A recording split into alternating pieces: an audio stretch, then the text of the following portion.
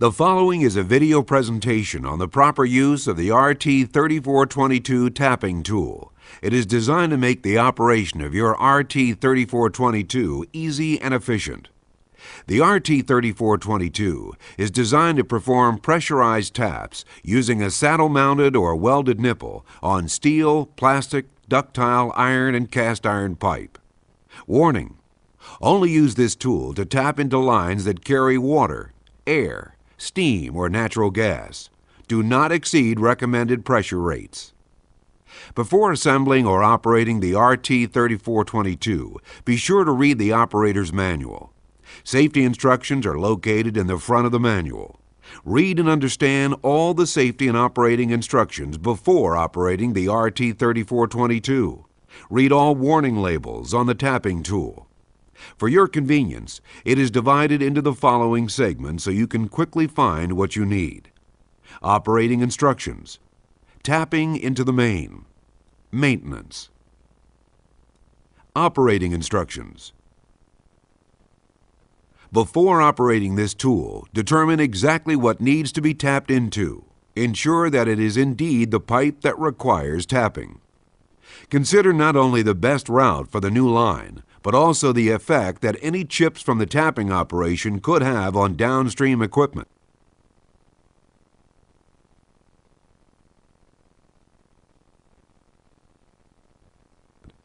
Consider the orientation of the tap. Tapping on top of the pipe may drop chips into the tap pipe, whereas tapping at the bottom of the pipe will tend to drop the chips back into the tools. Use of the bleed valve assembly will tend to wash away most of the chips if open during the entire drilling operation. Determine whether a service saddle or a weld-in-place thread-olet or weld-olet will be used to mount the valve to the main. Consider the advantages and disadvantages of each type. See page 4 of your operator's manual for further information. Select which corporation stop or valve is to be used. Only a full port ball, plug, or gate valve will work.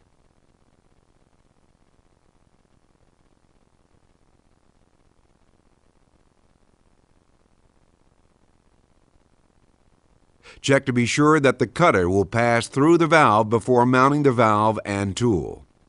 If it does not fit, another brand or type of valve will be required.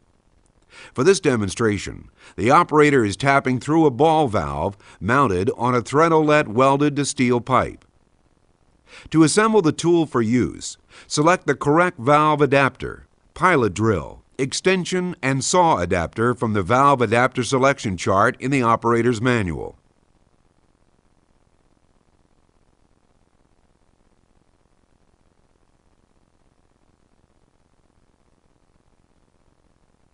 After the tool is in the shortest collapsed position and you have selected the proper size extension, hold the spindle by the flats at the end and screw the extension into the end of the spindle. This only has to be hand tight.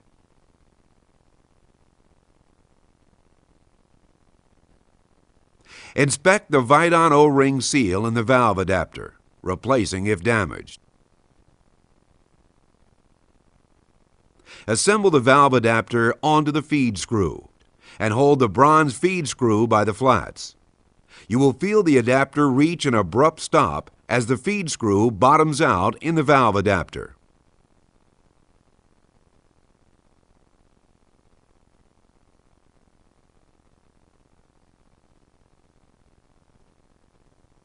Select the cutter to be used for this particular operation from the chart in the operator's manual. Inspect the selected cutter to be used. To ensure that it is in good working order, and screw it into the hole saw adapter if present, or directly into the extension as required. This only has to be hand tight.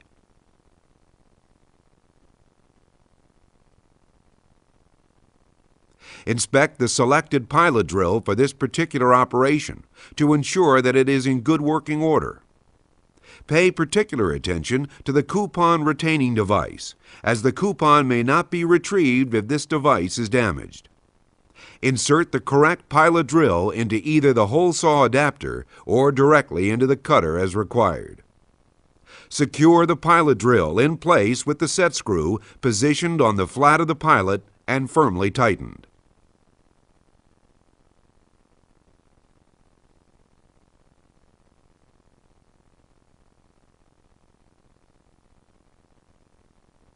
Unscrew the sleeve back up the feed screw until it stops.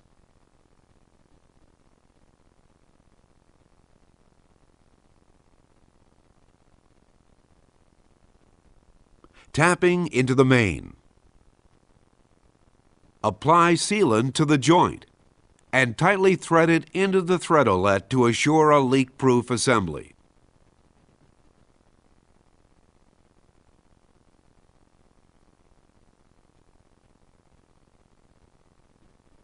Make sure the valve is in the closed position. This ensures that the valve can be closed once the tap is completed. To determine the feasibility of the tapping operation, make a measurement from the surface of the pipe to the outlet end of the valve. This is the minimum amount of stroke required before the cutter makes contact with the pipe to be drilled. If the distance is greater than 11 inches, the machine may not have enough travel to safely complete the tap, and this operation must be aborted and reconfigured.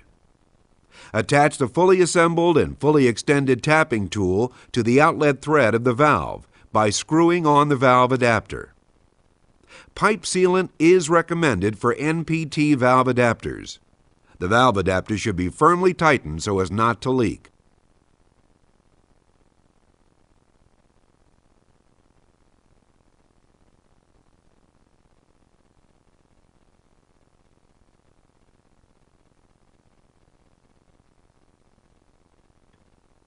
Open the valve.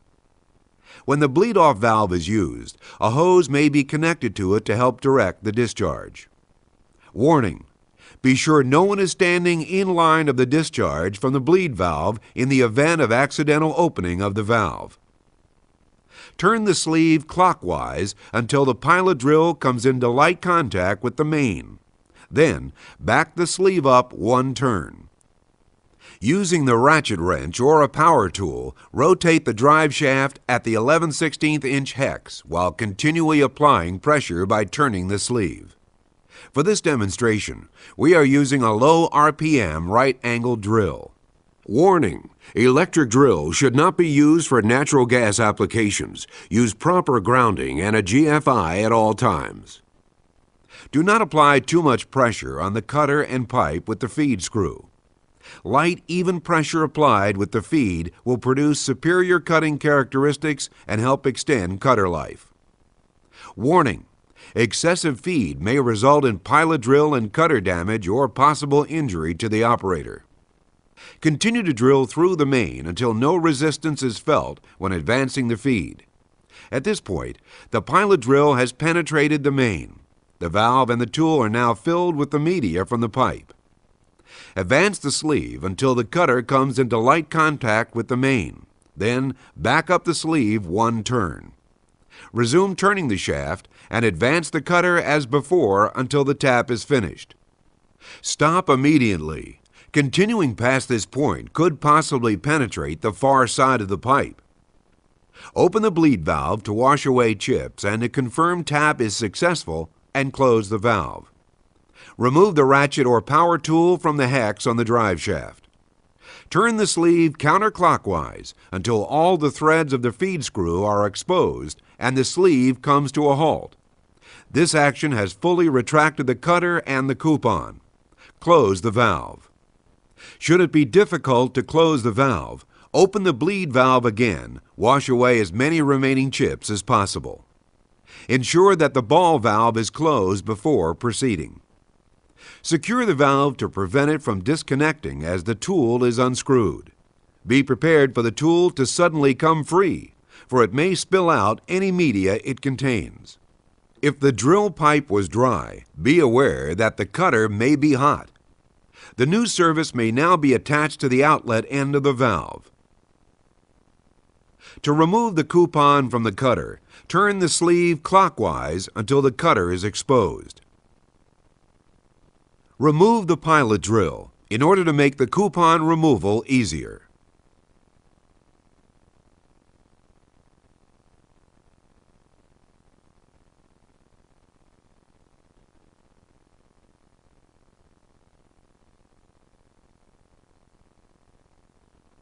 When you are finished, remove the accessories from the tool.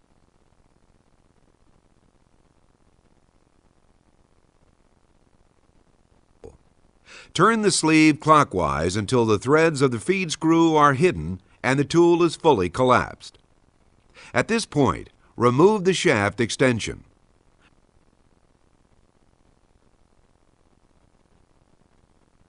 Wipe off and store all components.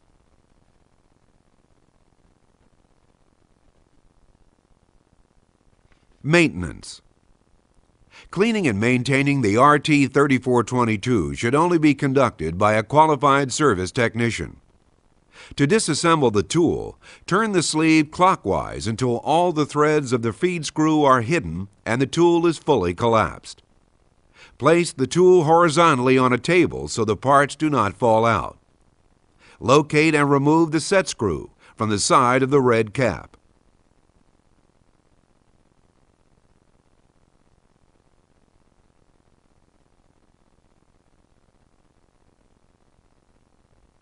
Locate and remove the retaining ring and washer from the end of the red cap.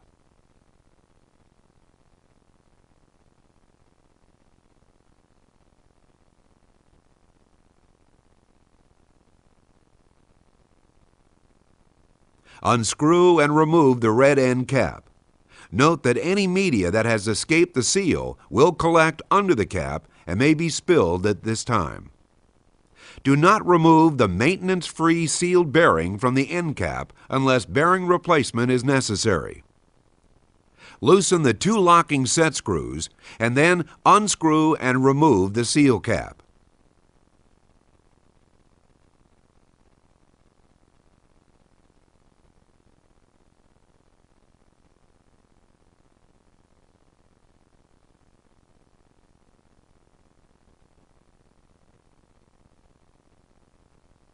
Remove the seal ring from inside the end of the feed screw by using two flat screwdrivers. Push the spindle from the hex end and remove it from the opposite end of the tool.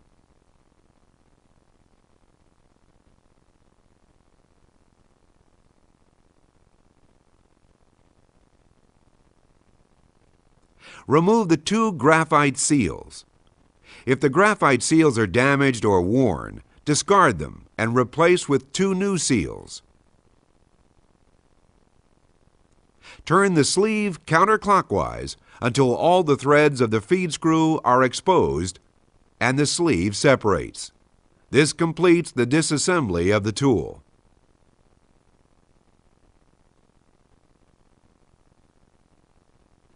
If needed, wash parts in a degreaser tank and wipe clean. Seals cannot be washed and reused. To assemble the tool, inspect the feed screw and sleeve for any damage. Replace if necessary. Lubricate the Acme threads on the feed screw with grease.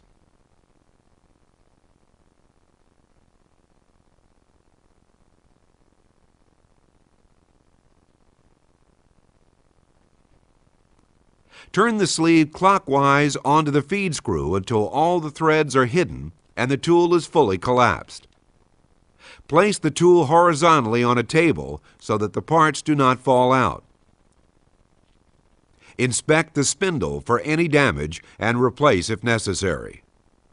Insert the spindle into the adapter end of the feed screw, hex end first. Slide it as far as it will go.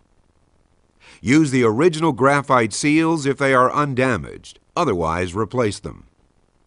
Insert the two graphite seals into the feed screw staggered 180 degrees so that the seals surround the spindle shaft.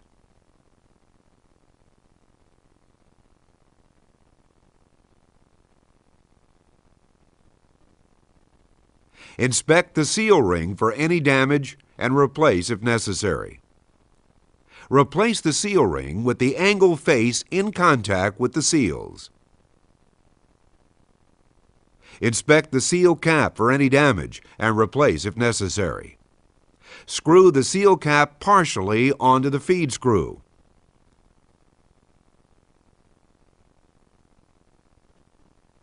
Adjust the seal pressure by progressively tightening the seal cap with a wrench as the effort to turn the spindle with a second wrench is tested. If a torque wrench is used, it should be set to 60 inch-pounds.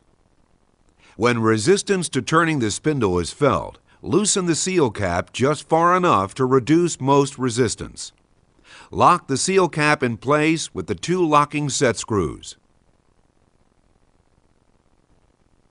Inspect the end cap bearing assembly for any damage and replace if necessary.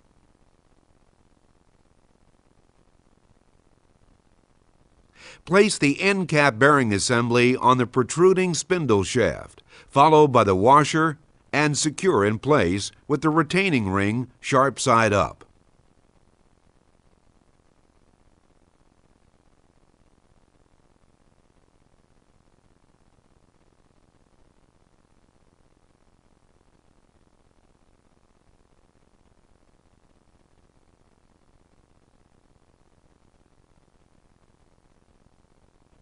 Push the spindle end cap assembly onto the sleeve and screw into position.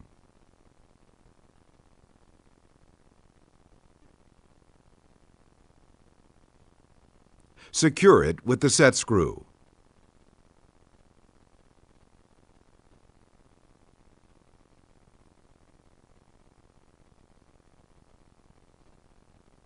Wipe the tool down.